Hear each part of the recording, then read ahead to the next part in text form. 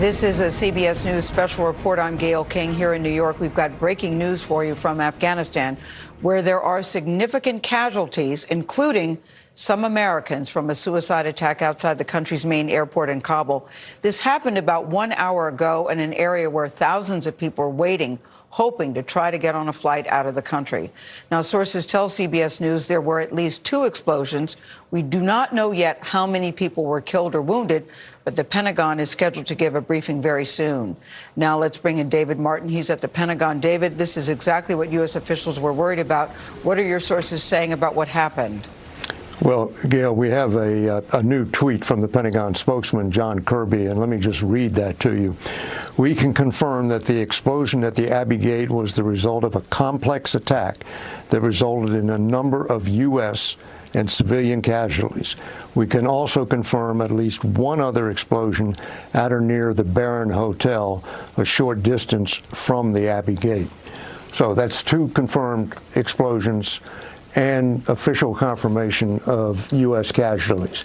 We don't know how many, we don't know how severe, but this is obviously the worst-case scenario coming to pass, and the scenario that U.S. intelligence had been warning about, namely that ISIS would attempt to conduct a terrorist attack against the crowds outside the airport there in Kabul in these final days of the American war in Afghanistan.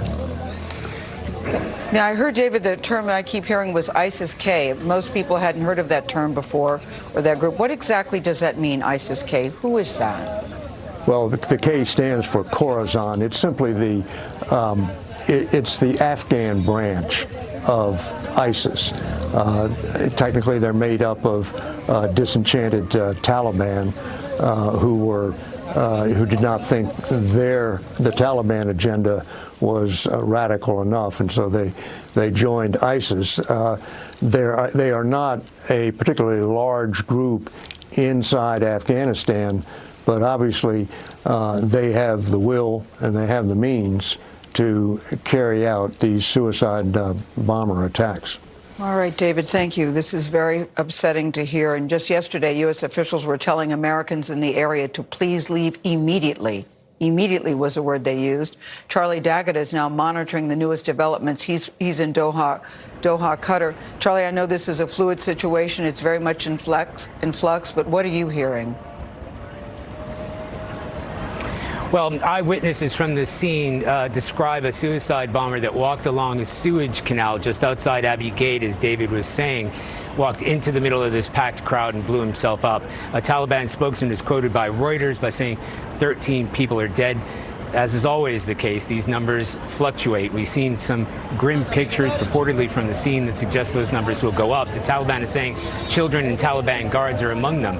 And just to paint that picture, you've seen thousands of people packed outside that airport despite these warnings. I mean, the State Department said, as clear as could be today, to Americans and everyone else for that matter, to get away from the airport. If you're coming, stay away. If you're there, get out. And that went for everybody. Clearly, there were people that didn't heed that warning. And the intelligence was solid on this. It came from the United Kingdom and Australia. A UK minister actually said this event is going to happen within a matter of hours. So they could see this coming, which is why that blanket warning went out. But there are people that either didn't get that message or chose to ignore it, who are still trying to take that chance to be on one of those last flights out before U.S. forces pull out on August 31st. You're right, Charlie. The intelligence was solid, and that's why officials were so frantic to get the word out. Thank you very much.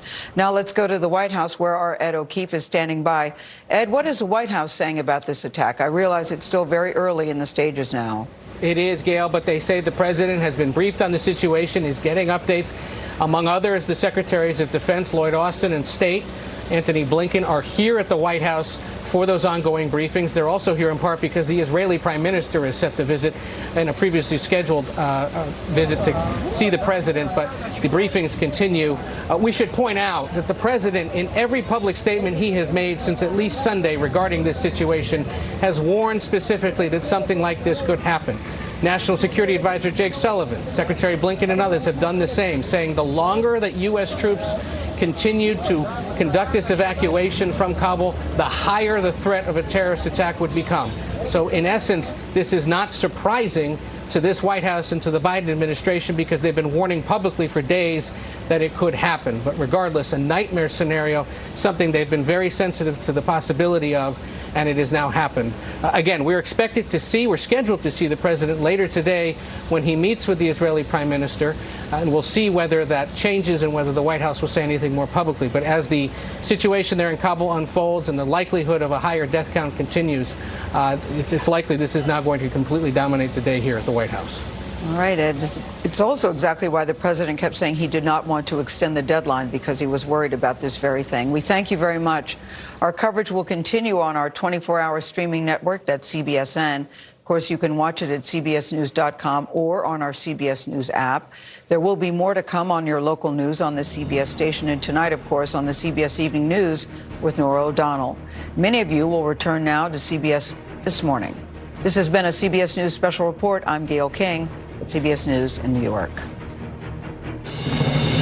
For news 24 hours a day, go to CBS.